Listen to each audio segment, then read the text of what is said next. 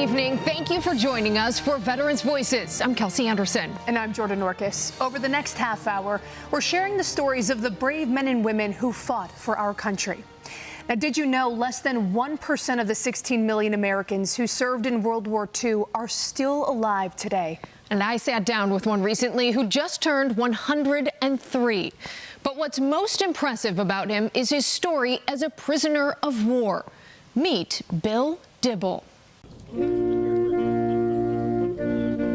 A picture is worth 1,000 words. This picture certainly is. Snapped at the moment Bill Dibble thought he was going to die. We were told growing up never to question him, that when he was ready to talk about it, that he would tell us. For many years, Bill didn't tell his story. On this day, though, I could ask anything I wanted. It was amazing to hear what he went through. At just 17 years old, Bill was sent to Africa and Europe to fight in World War II. In Sicily, he remembers vividly the moment he was captured.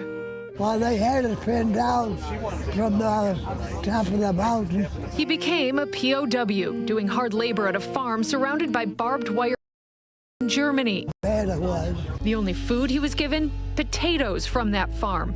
His dentist would later pull many of his teeth due to that poor diet. And at one point, they had notified my grandmother that my father had died. And then somebody going through the prison, my father had written his name on the wall in the bathroom and said, "I'm alive." A gentleman that happened to be from Jamestown found the writing on the wall and got word through to the headlines to get word home to my grandmother that he was alive. That was miracle number one for Bill and his family. Miracle number two came before this picture was taken. At one point early as a prisoner of war, a guard told Bill to go over to a barn on the farm to grab something. That was it, he thought. That barn was where his life would end. And he kept walking, he'd stop and light a cigarette. He'd stop, we'd walk a little further, and he'd have a puff on his cigarette. He thought it was going to be it. When he got to the barn, though, he was handed a camera. That guard wanted to take a picture of the 20-plus prisoners there. Everybody figured when he was telling the story that it was a lie until he pulled out the picture and actually showed the picture. The guard gave him the picture, told him to make copies one day, get it to the other men. He held on to that for 21 months that he spent as a POW. But what came at the end was something none of them expected. In a letter Bill wrote to the wife of another POW there years later, he describes the unimaginable. For 3 months near the end of the war, the prisoners were marched more than 500 miles in treacherous weather. He says they walked 20 to 30 miles a day. Many nights he left his shoes on because he feared he wouldn't get them back on his swollen, bloody feet. As they walked, they had to steal food. He lost more than 60 pounds, weighing in below 100 pounds when he was finally set free to the Allied forces. I live by one motto. If you get nervous or upset, you're a dead man. You stay calm and you think, you live. The courage and strength to serve your country is often instilled by those who came before. I met with veterans who say the branches of the military grow from the roots of family.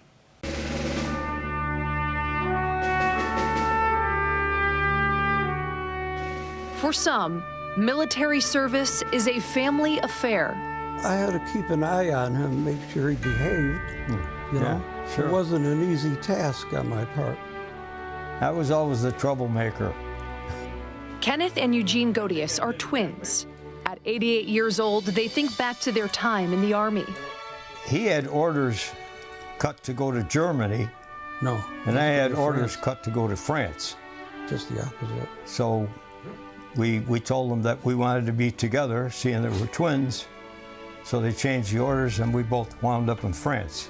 The two brothers, ironically born on Flag Day, knew the soldier's path well before they walked it themselves. We had several uncles that served in different branches of the service.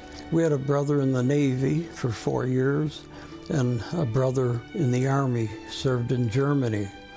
So we were very experienced with Army military life. That military experience is something Dean Godius caught on to at an early age. I was fortunate enough to be adopted into a family where I had a lot of good male role models, some of whom served in the military. So I think growing up, that was something that I admired to be like. His grandfather and great-uncle taught him confidence, carried it with him throughout school and eventually boot camp. They always seemed to have the answers growing up, so I contributed that to their time spent in the Army, but I had to do a one-up on them and join the Marines. So. Which at first came as quite a shock to Dean's father. I think there was a lot of shouting going on, right? Quite a bit. A lot of rage and erratic behavior. Over a very short period of time, I come to realize that he has to make his own decisions. Though his dad wasn't a service member, he instilled a sense of fortitude that aligns with Marine Corps values. Growing up and being in the sports that I was in, and having my dad behind me to push me every step of the way kind of fostered a grit in me, kind of grit that I felt like I needed to be into the Marine Corps. That Marine grit is comprised of honor, courage, and commitment, something Nate Connors would come to find following in his grandfather's footsteps. At the time, somebody that I worked with happened to be a Marine reservist, and I talked to him a little bit about it, and I said that I had a really strong interest in doing the Marine Corps specifically because of my grandfather, and I just kind of wanted to carry on that family legacy, I guess you could say. His idea was to get one more stripe than I got. He's made that already to what I had, and he went in with a stripe that I didn't go in with. For the Connors family, military service jumped every other generation. Nate's grandpa Bill became a Marine in the 60s. I spent a year in Cherry Point, North Carolina. It's an air base. Here at Camp Sukran in Okinawa. A year at Iwakuni, Japan, which is an air base.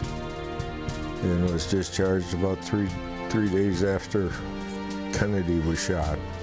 Nate is part of the Marine Corps Security Force in Washington. He recently found out he was rising in rank, and his grandfather would be the one to go down to D.C. and pin the promotional stripe. It meant a lot to me to be able to have him there and have him actually be part of the ceremony. There was definitely some butterflies in the stomach, and I know even my mom said that she was starting to tear up. It's quite an honor. It's something I never expected years ago. He's quite a kid. He makes me really proud.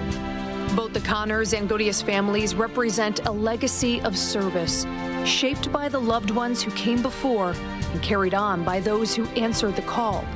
Role models for generations to come.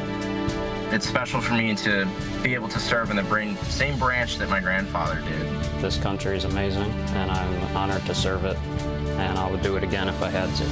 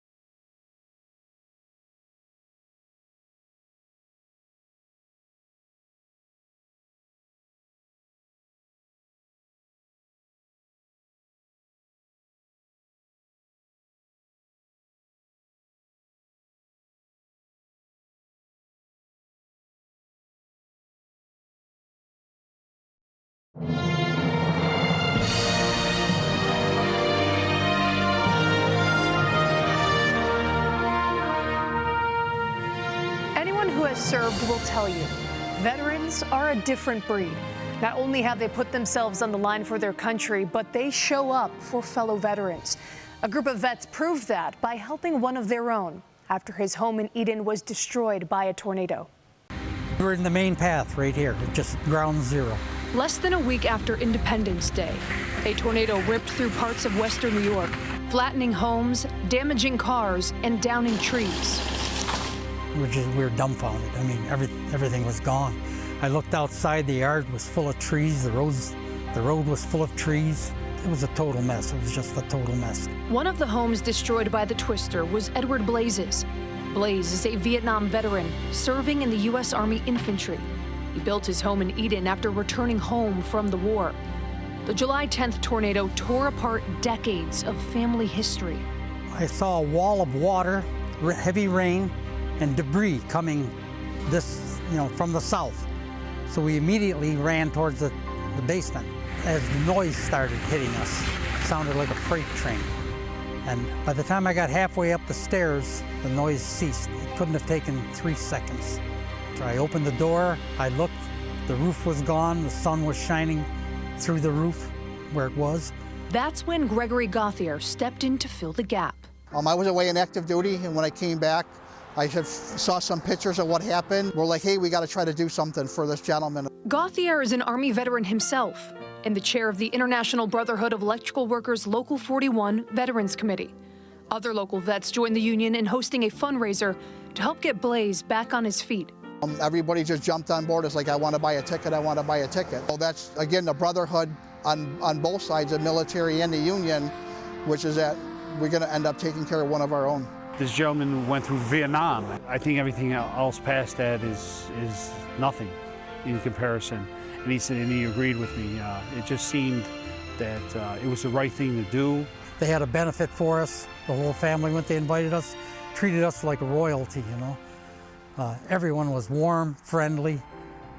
And you can see by the check, more than friendly. In early October, the group was able to present Blaze with $6,000 to go toward recovery efforts. You guys are doing good work, God's work. I can't thank them enough. But it wasn't a surprise, you know. Veterans are different people. And the support didn't end there.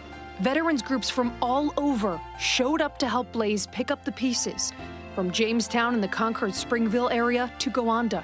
I can't tell you enough about the support that we've had. Veterans groups, the town, neighbors, strangers, people I've never seen, never met before. That bond of brotherhood, strong, decades after active service. It never dies, you know, it never dies. You take it to your grave. With the military, I mean, we're all brothers or sisters in arms, right? We're all going to stand united, no matter what. And we saw, that Ed needed a hand, and we reached out and helped him. As far as I'm concerned, we're the best people America has, veterans. Be they World War II survivors, Korea, up to today's conflicts. A veteran's a veteran.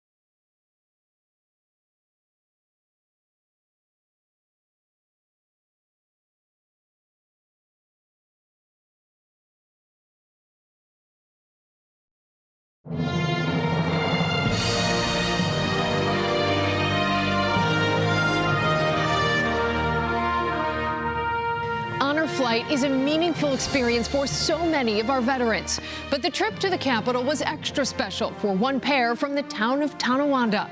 Our Allie Tui introduces us to the brothers who are clearly sharing a special bond that goes well beyond blood. We weren't smart enough to put everybody's name on the back. Scattered on the coffee table of Fred Warnick's living room 50 years.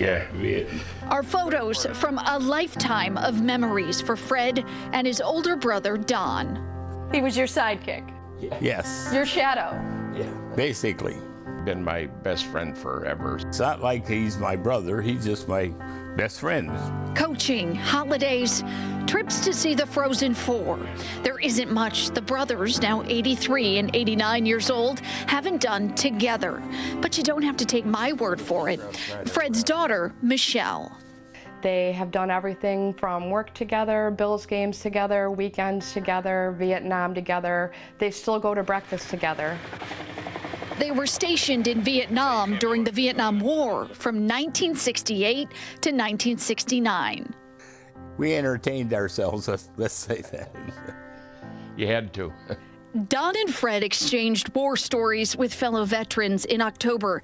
They were one of two pairs of brothers aboard a recent honor flight, a nonprofit that takes veterans to the nation's capital to see the war monuments in their honor.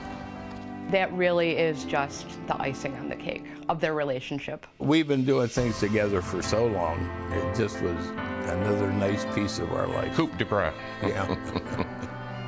A special trip by any standard, even for two best friends who say they've lived a full life together. Probably don't have a lot of things that we could, do together that are going to be as memorable as this is, so,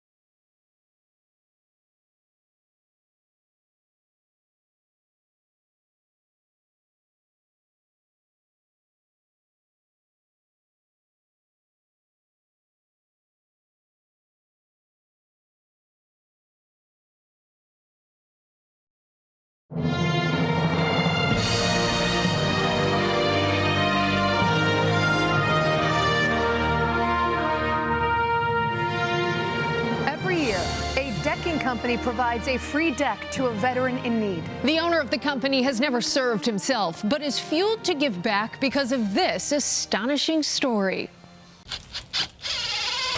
Our most popular right now is the low maintenance composite. Pat Williams and his wife own Decked Out Western New York. They build decks like this one in Kenmore with a small crew. One of their Pat's best friend, Justin. It's one big happy family. But every spring, they say they don't feel like they're working when they put in a brand new deck for a veteran in need. It feels phenomenal. Once he got over his initial shock of winning last year, disabled vet David Price says he couldn't wait to watch his kids play while sitting with them outside. I was shocked. I couldn't believe it at first. 2 years ago, Marine Corps veteran Gerald Tidd says he was excited to get something that was wheelchair accessible. He gets me out there where I can enjoy life. Working for both of those families was a blessing. All the supplies for these free decks are donated by Lenco Supplies and Fiberon Decking. But being so small, it's amazing Decked Out WNY can afford to do this at all. We do what we can, and right now that's once a year. Pat says it feels good to do it every year, but there's also a reason fueling this good deed. And he is kind of the main reason why I'm inspired to do this every year. Pat's Uncle Tim and Tim's former Navy helmet. This sat in the glass case on his credenza in the living room. As Pat grew up, that helmet was always showcased at his grandfather's house. And we'd go over there for every Thanksgiving, Easter, Christmas, everything. And this would be just like, hey, what's going on? Good to see you, Tim, kind of thing.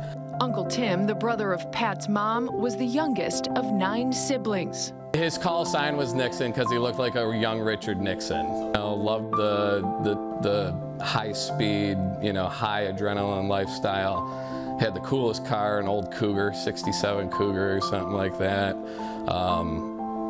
But he seemed like, the uncle I would have, in my 20s, looked up to the most. Uncle Tim followed his father's footsteps, a World War II veteran, into the military. He graduated top of 10 of his class in the Navy pilot class. He chose to fly helicopters. But in 1990, the unimaginable happened for Pat's family. They were exercising for the Gulf War off the coast of Oregon when they had a mechanical failure in a helicopter, and on their way back to emergency land on one of the carrier ships, they crashed in the ocean, and none of the 3 bodies of the pilots were recovered. Pat himself wasn't even 3 years old. And I remember, I remember the day that my mom got the phone call and hearing her voice. Having 8 siblings who loved you in that family, it reached across the entire span of those, brothers and sisters, my aunts and uncles, as well as hit my grandma the most hardest. That was the baby of her family. Timmy was, her baby boy. Soon afterward, Tim's grandmother would pass as well. She was later or soon diagnosed with colon cancer. So pretty much it was the heartbreak that killed her, not the cancer. But before her death, Pat's family begged her to send them a sign, something that told them she was reunited with Timmy. It's just almost too crazy for coincidence. Well, that sign came in a big way, about 700 miles south of the crash site off the coast of California. A fisherman was fishing off the coast and on my uncle's birthday pulled up his helmet in the fishing net. And my grandmother's name was Mary, and part of the name of the boat had Mary in it. The helmet, a bit battered from years of saltwater erosion. They did replace the inner guts. And with a few possible shark bites, became the family's relic of remembrance, but also forever a symbol of love between a mother and her son. It was closure. It was like an answer that was, they asked for a sign, and that sign was given. I never got to know him, but I always remembered it, and I don't forget it. It might seem fiction, the legend of Nixon, but Pat says it will forever propel him to help veterans in need.